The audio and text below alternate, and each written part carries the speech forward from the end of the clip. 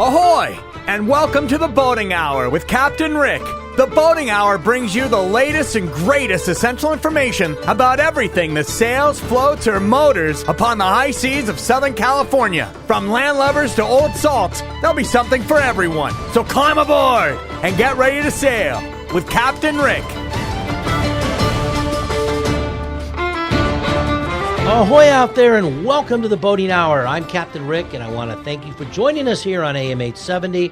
We're here every Saturday at 4 p.m. Please be sure to visit us on the web at theboatinghour.com and now on Instagram, Facebook, YouTube, Rumble, The Boating Hour with Captain Rick. Thanks to our sponsors for our show today. For a healthy gut, the best probiotic on the market, Livia One Probiotics, natural, organic, and allergen-free. And a big thanks to Raycom Radios, reliable two-way radios.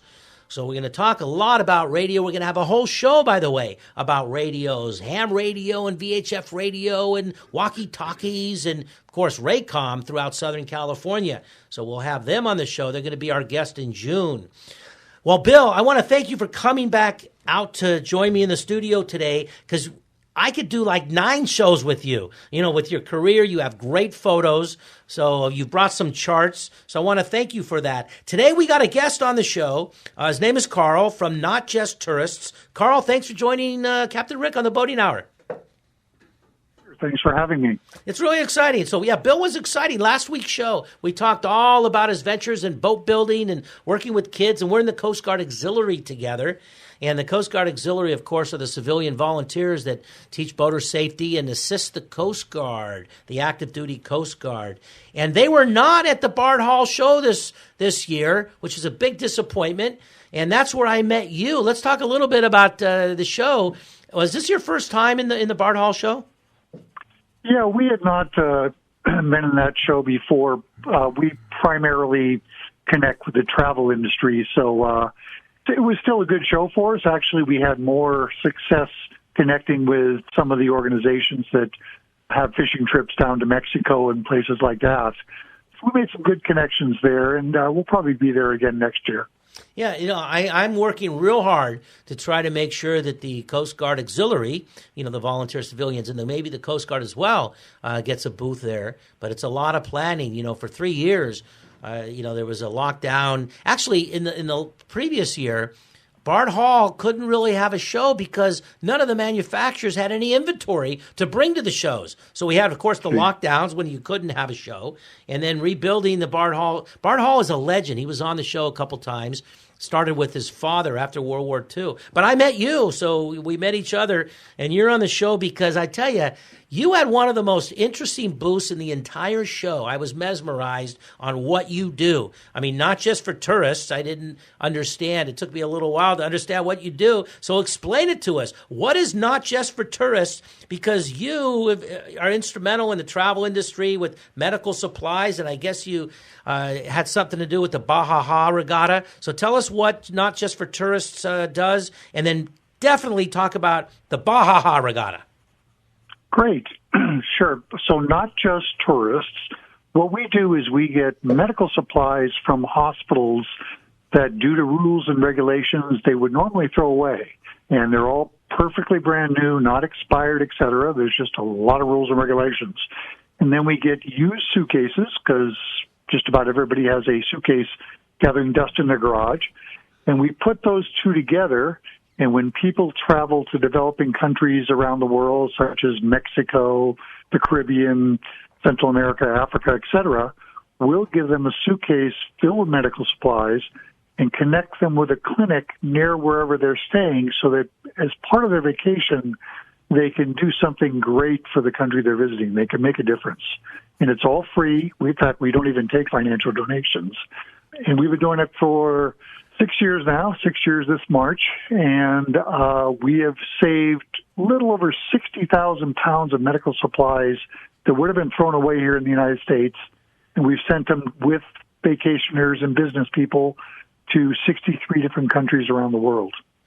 That is wonderful. That is so, inspiring and amazing that you're doing that. If someone wanted to take a suitcase Tell us how it would work, how they contact you. Let's plug your website. Let's plug your information and any events you're going to be at. Let's do that right now. We'll do it a couple times throughout the show. Great. So if somebody, say, was traveling to a developing country, like I said, Mexico, et cetera, and they have that sort of personality that they want to make a difference, they want to give back, we try to make it as easy as possible. So the website is njt.net, and then there's a button across the top there that says Contact Us, and you would punch that, and then you would find the Orange County chapter, and basically that would connect you with us. Now, I want to say something about the Orange County chapter. We are the largest chapter of Not Just Tourist, and we actually have volunteers holding suitcases filled with medical supplies from San Diego to San Francisco, and by the end of this week, Phoenix, Arizona.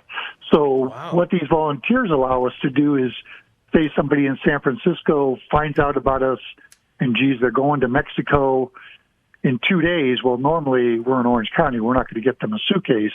But now we have volunteers there that we would connect them with that have suitcases filled with medical supplies. So we've got pretty much the state of California covered. That is incredible. Sailors, boaters, fishermen, either racers or people that are just vacationing, they go all over. Going up and down the coast is, almost everybody I know, that's what they want to do. Of course, there's a couple of races. There's the Ensenada race. I used to do the bike race. I used to do the 50-mile bike race. That was wonderful. But do you go to some developing countries, some areas like, what's that, the third world country, Los Angeles? Seems that way sometimes. Well, it's election time. I'm going to get myself in a lot of trouble. So, yeah, that is fantastic. I would like to go back to Cuba. I did that many years ago, and it was an artist. It was an art gallery in Mexico City. I was their photographer, and I went with a friend, and they have a lot of business, a lot of customers and clients in Los Angeles and Canada and America and Europe as well. And we went to Cuba, and everybody brought – you're allowed to, with your own suitcases and backpack, and of course I had camera gear, and you're allowed to bring two things in. And my job was these big scrolls with rolled up canvas, because they couldn't get canvas, and then one small duffel bag that was toiletries and a little bit of medical supplies and stuff. So I understand the concept, and I tell you something, when I handed those off, because there was a little ceremonial thing throughout the first week that we were there, it really was a wonderful feeling. So I could just imagine and I think every boater that I know has that kind of personality that they would really get a lot of enjoyment out of that. So it's so NJT. So it just stands for Not Just Tourists. How did you get involved, and how did this start? Give me the origins of this, and who was the brainchild behind this? Started actually about 30 years ago in Canada, and it was basically to help out Cuba, because Canada never cut ties with Cuba like the United States has. So it was a common winter destination for them to fly down to Cuba. And it became really clear to folks. Actually, there was a doctor that was going down there every winter for vacation, and he saw the conditions there and the lack of medical supplies. And he said, when I come down next year, I'm going to bring a suitcase or two of medical supplies. And so he did that, and he kind of shared that with his friends, and that was kind of the origin of Not Just Tourist. And we also send a lot to Cuba, because the conditions there right now are horrible. I mean, they're abysmal. Talking to people in Cuba, it's the worst it's been in probably decades. So what you pointed out as far as when you went there and dropped off those donations that you dropped off, when you do something like Not Just Tourist and deliver these medical supplies, it's kind of funny in a way, but you'll deliver them to the clinic, and when the doctors and nurses open the suitcase to see what you brought, it's kind of like Christmas. Really? They're so excited to get these free supplies, because these things that we're throwing away in the United States, to them, are things that they're struggling to get and sometimes cannot get, to help their patients. So they're usually extremely appreciative, and and it's really for the traveler. It's a powerful experience. Roughly about 20% of the people that we'll send out this year with suitcases have done it before because they can see the value. It's very clear, the value of what they're doing and how necessary it is to deliver these supplies to these countries. I would like to, my 6-month project that's been like 3 or 4 years on my little Gary Mall Ranger cruiser race boat, I'd like to fix that boat up just to take a suitcase down to Mexico. I think you're going to inspire me to get my boat ready and do one of the races. But speaking about races, okay, let's talk about the Baja. So tell us, about the Baja race, which most sailors here in Southern California know about. It's one of the premier races because of, I don't know if it's the race is so exciting or the name Baja, but whatever it is, everybody knows about it. So tell us about working with them and tell us how that worked. Sure. So we had met, we send a lot of supplies to La Paz, Mexico. In fact, we support the paramedics down there, who are all volunteers. There is no government paramedic program. So we're the main source of supply for them. And we mainly work with the expat community who, obviously travel back and forth between Mexico and the United States. Well, we went down there a year ago, December, and met a lot of the people we had provided suitcases with. And a lot of them were boaters, and got into some conversations, and somebody was very involved with the Baja and said, we should get the Baja to endorse this, and, it's 100+ boats sometimes, and just think of how many supplies we could take. So it happened unfortunately, it happened kind of last minute. Okay. And we got probably, I think, about a dozen boats that took suitcases. But the nice thing about it is, for example, one of the stops is Tortugas Bay there in Mexico. Sure. And it's a small community, has a clinic, but it's, you're not getting anybody except boaters there to that community. And they're very far and difficult to reach via car from any place else in Mexico. So they really, really struggle to get supplies there. So most of those suitcases went to Tortugas Bay, and it was like a huge event for them to get all these free supplies. So that's part of, the nice thing about boaters is that there are a lot of these small communities along the coast that really, really could benefit from these supplies, and normal tourism doesn't happen for them except for boaters. So that's why I'm kind of excited to be on your show and hopefully reach some boaters and encourage them to bring a suitcase next time they take a trip down the coast. Well, Mexico itself, the government has subsidized, I don't exactly know, I'm trying to get someone on the show to talk about it, but they have subsidized the redevelopment and the construction and the upgrading of all their ports and their marinas, just to encourage, from all the way north, from the Canadians to the Americans, because one of the big trips for boaters is to come down the coast. It's not just Southern California. People from Northern California and all the way up the coast, clear up to Canada. They come down the coast. Some people make a trip and go all the way down. So Mexico realized that, and they put a lot of time, effort, and money. A lot of people have worked towards, making them, tourist friendly. So I'm going to find out a lot more about that, what they've done, because it's, most of their ports and marinas have been rebuilt and, reconstructed. And from what I'm hearing from people that do travel, and of course, the fishing industry is huge here. So a lot of people will take a trip, fly down, get on a fishing cruise boat. Of course, you can do that out of San Diego. But the San Diego, they'll go. I don't really think they stop at ports, but maybe that's something that could happen with the sailors, because we all stop at ports. So that is a good, that's a good marriage between the boaters and your group. So it must not be difficult to find travelers, right? Everybody's looking to get out and travel all over the place now.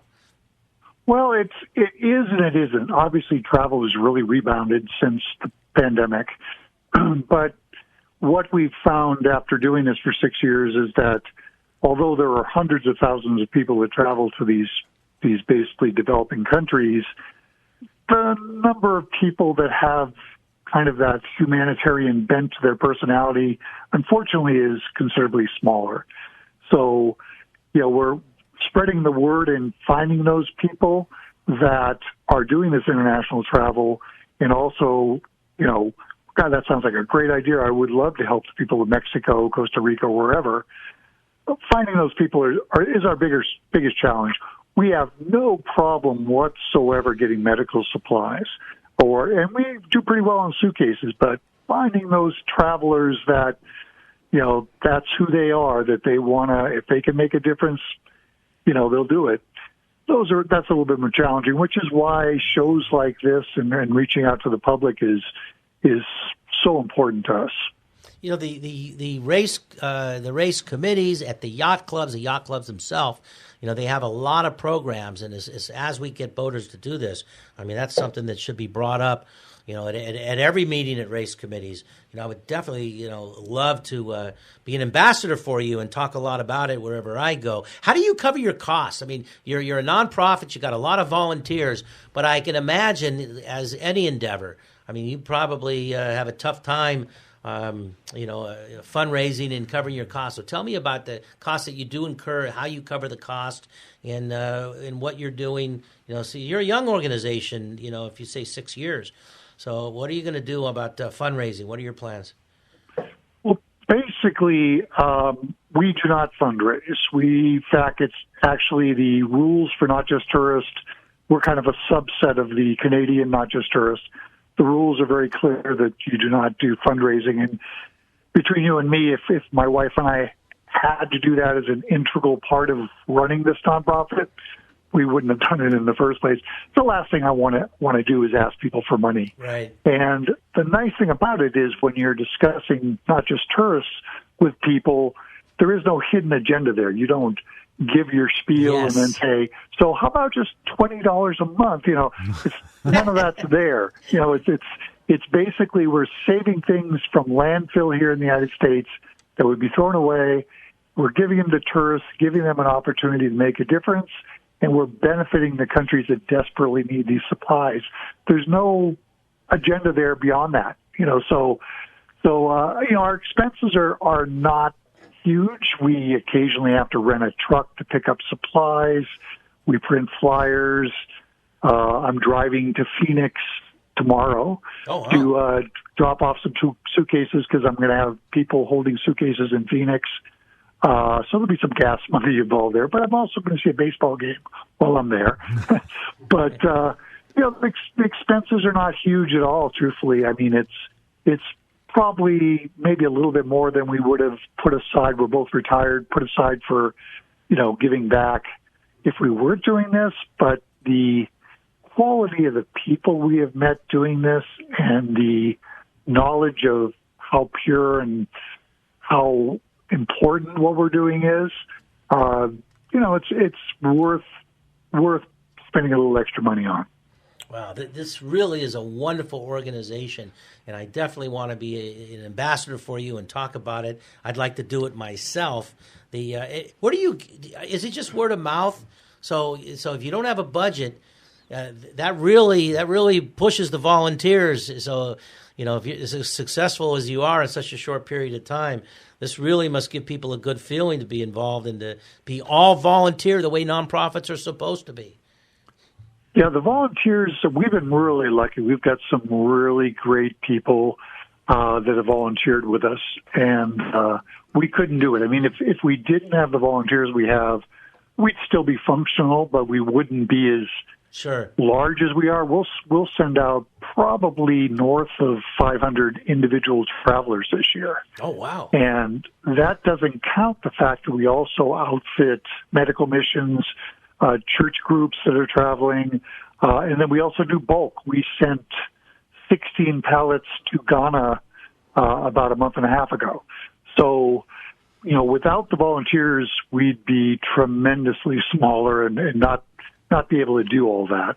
I just can't imagine that good medical supplies are meant for the, for being thrown out. I just can't even imagine. That we're wasting that. So this is a fantastic I had a show after the Hawaii disaster, and there's a group, and I had a gal on my show, and what she was doing is she was getting volunteers to load up medical supplies as well, but a lot of food products, non-perishable, and they were loading them up on small planes out of Burbank and flying them to the back of the King's Palace in Hawaii, for the absolute, that's where the small boats, because FEMA got involved, there's all this bureaucracy, and the volunteers just jumped through, and she was loading up like a plane a day.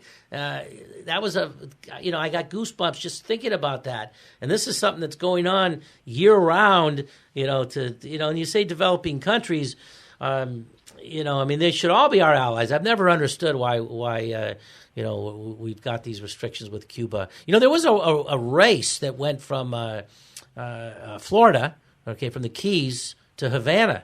And when I was in Cuba, they still had some of the pennants and the information up on the board at the Havana Miramar Yacht Club. And I'd like to start that race up again, and we'll bring suitcases and bring them over to Cuba. So if somebody wants to contact you and be a volunteer, they just go to the njt.net, njt.net, right? Correct. And there's actually a button there for volunteering, and then they would find our chapter and click on it. We have, beyond being a satellite, like I said, which is the people that hold suitcases for us, there are other things that we need help with. Social media, like you mentioned.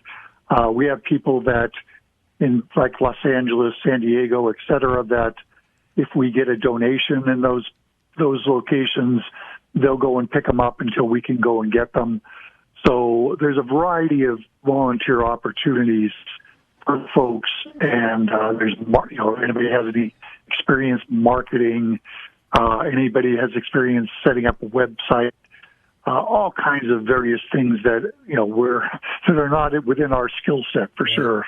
It's definitely not my skill set, but I am going to make sure the social media group that my team that helps me with the website and social media puts that up, so you'll have a direct link for any boaters that are traveling, because that really, it's an amazing thing you're doing, and I want to thank you on behalf of myself, the show, my listeners, the station itself. I got a warm, fuzzy feeling about this, just thinking about what you're doing. This is really fantastic. I want to thank you for coming on the show and sharing what you're doing, because it's very inspiring. And I'll be seeing you at the Bard Hall show next year. I'm pretty sure you will, yep. Yeah, that's pretty exciting. Well, that's all the time you have for us today, and I hope you enjoyed our show. As always, we're so very fortunate to have such wonderful and exciting guests, and I want to thank our in-studio guest from last week. Bill, thanks for coming back out and showing me all this great memorabilia and photos and maps and charts. Bill's a boat builder. So, Carl, he's built boats and got his kids to help, some of the sabbats, and he's sailed and raced big boats and small boats alike. So he came back in to show me all kinds of stuff. So, Bill, thanks for coming in the studio. It really is fantastic. I'm impressed with the MJT opportunity. I mean, this is a tremendous opportunity. Yeah, it really is. So I'd like to make sure that everybody knows, coming up the whole month of May, the Armed Service Parade, the featured branch, the Space Force, Coast Guard, of course, was last year, and then Memorial Day weekend at Battleship Iowa down in San Pedro. So we'll be there with the Coast Guard and the Coast Guard Auxiliary, and, of course, the Space Force and Coast Guard and the Navy. We're going to talk all about those groups and promoting the Armed Service Parade and Fleet Week, and, of course, Boater Safety Week, the entire month of May. We got a lot of guests coming up. So please be sure to find us on social media. We're now on YouTube, Instagram, Rumble, and Facebook. Remember, if you do it right and follow the guidelines and safety precautions, there's no place like being out on the water in the fresh air and sunshine in beautiful, sunny Southern California. Here at the Boating Hour with Captain Rick, we cover everything that sails, motors, and floats from San Diego to Santa Barbara, thanks to our sponsor for our show today, for a healthy gut, Livia One Probiotics.